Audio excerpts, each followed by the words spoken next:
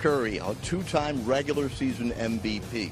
Some critical of his play in the last three NBA Finals, which is a little bit ridiculous because the dude's averaging about 27 points per game in the NBA Finals in his career. And look what he's done over the last couple of games here. Game 6, Game 7 of the Western Conference Finals, and then last night in Game 1, Curry, tremendous 29 points. And Smitty, you know what's interesting? Last night it felt in the arena very un-Roracle-like. There was a lack of energy here, right? And then Steph got going. That 16-5 run capped off by that 35-footer to end the first half. That brought some buzz to the building. Jared, I like the term you just used. First of all, I think, one, Cleveland Cavaliers and LeBron James had this Oracle Arena just kind of subdued. Yeah. But then you say, like you said, then here comes that little guy they call Steph Curry. I think people understand, and arguably they say Kevin Durant is the best player.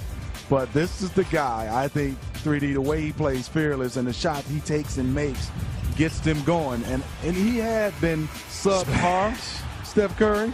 But like you saw in that graphic, the last 3 games, when his 3-ball starts to work, everything is going. And for me, you know it, 3D. I knew when you got going, you had that little walk. Steph is that smile and shimmying. When you get to start to go into your antics, 3D had his walk. We had to hit it. He walks that way regularly now. It's a little different, though. It's a little bit more of a giddy up. I said, oh, he's getting going. But Steph is the little shimmy and the smile. So he's starting to get that going, and that's where I think it's a little scary for the opponent once he gets going from behind that 3-point line. 3D, we saw it last night. The Cavs, much like the Rockets, the Western Conference Finals, oftentimes hunting for Steph Curry in that pick-and-roll switch.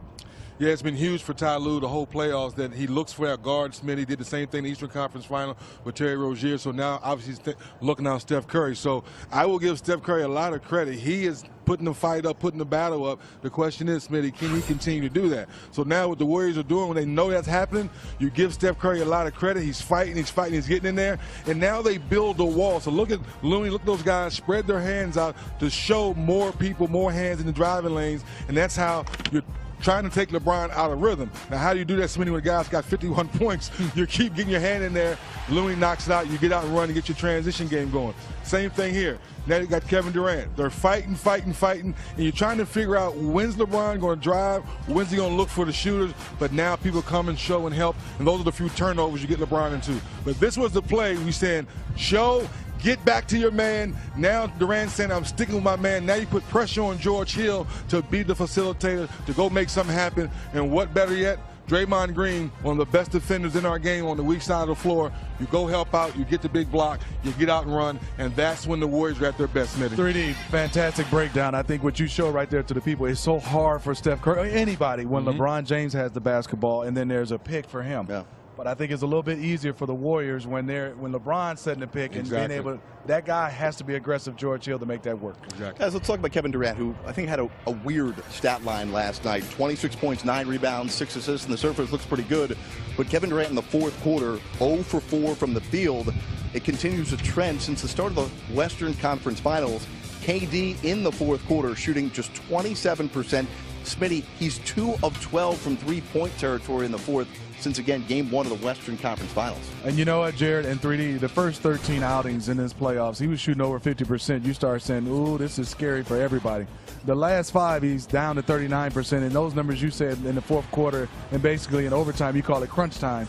This is where he's struggling. To me, 3D, he's a phenomenal scorer. Born to score the basketball, but I think right now is a little bit too much one-on-one for him. I would love to see him set more picks. Because quite obviously, 3D, if I'm guarding Kevin Durant, he goes up to set a pick. I know I'm supposed to help, but I might get a little brain freeze too because I'm guarding this guy. Because the one thing about him is if you're late 1 second, because there's no one really tall enough to block his shot, I just think I would love to see him doing more movement without the basketball so he can get some more catch and shoot and one-dribble pull-ups. Do you think it's probably him not being comfortable in the system yet? No, I don't think it's him not being comfortable in the system because I think he can play in any system. I think for him is you revert to I can do it when you start to get a little bit of adversity 3D, and I think that's where he's going to and saying, hey, give me the basketball and I can take over. I said when in doubt, the system, I believe in it. But I think sometimes when things aren't going well, you revert to the things that got you there, and I think that's what KD's going through right now. Interesting. There's a lot to break down from this game still to go.